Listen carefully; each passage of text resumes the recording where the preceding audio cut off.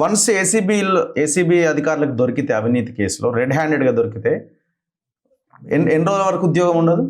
2 ఏళ్ళు మినిమం. 2 నెలల వరకు అసలు నో జాబ్. ఇక ఆడుతూనే తిరగాలి సార్, ఈ లంచాలు కట్టుకొని తిరగాలి, బ్యాగ్లు వేసుకొని. జీతం వచ్చుడికి ఏముండదు ఇక. సగం జీతం వస్తే వాళ్ళకి ఖర్చులకు చాలదు సార్. సగం జీతం వస్తుందా? వస్తుంది, వాళ్ళకి ఖర్చులకు చాలదు. వాళ్ళు జీతానికి లంచం తీసుకునేటోని ఖర్చు. జీతానికి ఏమైనా పని చేస్తాడు, లంచం తీసుకుంటాడు, రోజు వాటికి అలవాటు పడ్డాడు కదా. సో 2 years తర్వాత ఉద్యోగం ఆటోమేటిక్ వస్తుందా? ఎట్లా? రాదు సార్, మళ్ళీ పైరవి చేసుకోవాలి. చేసుకున్నాక ఉద్యోగం వస్తుంది. వచ్చినాక లూప్ లైన్లో పెడతారు.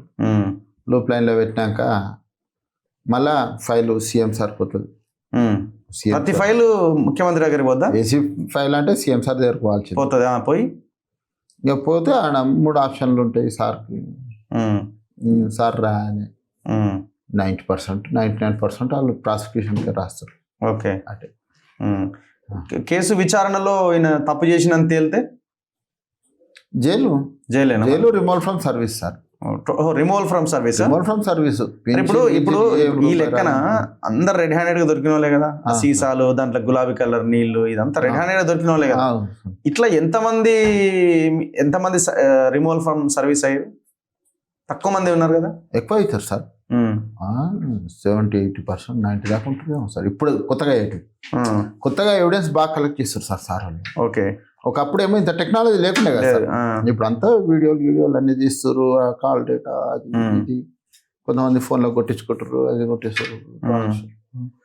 అట్లా ఇప్పుడు ఎవిడెన్స్ ఉంది. వన్స్ దొరికినామంటే ఇక జీవితం 90% దుకాణం బందే. Bus stand 90% రిమూవలే.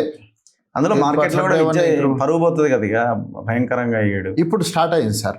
ఇప్పుడు అది ఫస్ట్ ఏముండే అంటే సార్, ఉద్యోగం అంటే బాగా గౌరవం ఉండే సార్. ఎంత భూమి ఉండని గౌరవం లేకుండే. అవును.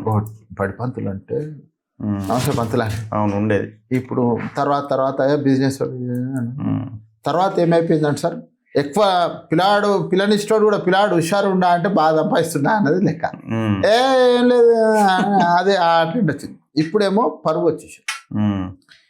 ఎప్పుడైతే ఒక పాప ఒక కూతురు వచ్చారు కొంచెం, ఇప్పుడు ఈ మధ్యన ఉద్యోగుడు అనగానే ఇప్పుడు అది ఆ ప్రశ్న వస్తుంది, డబ్బులు తింటాడా, ఉంటాడా, పోతాడా అన్నది వచ్చేసింది సార్.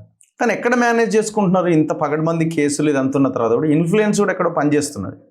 వాళ్ళు మళ్ళీ సర్వీస్లోకి రావడము, దాన్ని ఏదో రకంగా చేసుకోవడము, కేసుని కాంప్రమైజ్ అవుతున్నారు. ఆ విక్టిమ్స్ దగ్గర ఎట్లా అవుతున్నారా మరి? అవి బాధితుడితో అవుతారా మరి ఎట్లా అవుతారు? ఇప్పుడు వన్స్ దొరికిన తర్వాత బాధితుడికి ఇంకా అక్యూజ్డ్కి ఏం సంబంధం లేదుగా, కాంప్రమైజ్ అవ్వడానికి సంబంధం లేదు. కానీ ఇప్పుడు ఆయన పని ఏముంది సార్, ఈ నెంబడే తిరుగుతుంటాడు, పట్టించిన నెంబర్. ఆఫీసర్ అయిపోయా, ఆయన దోస్తులు ఆఫీసర్లే, చుట్టాలంతా బాగా డబ్బు అవినీతి డబ్బు ఖర్చు పెట్టచ్చు సార్. ఈజీగా ఏదో రకంగా బాధ ఇన్ఫ్లుయెన్స్ చేయడానికి ప్రయత్నం చేస్తాడు, కానీ ఇన్ఫ్లుయెన్స్ చేసినా కష్టం సార్. ఓకే. మొన్న ఆడ కీసర్లా అయింది కదా సార్, జైలు శిక్ష పడ్డది పట్టించిన వాళ్ళకి. మనం ఇంకా ఏది ఉంటుంది సార్, ఏదో మామూలుగా ఏదో క్రిమినల్ కేసు పోలీసు కానీ మిగతా వాళ్ళ గురించి చెప్తున్నాను నేను. ఎవరు పోయినా చాలా ఛాన్స్ తక్కువ సార్. ఉండదు.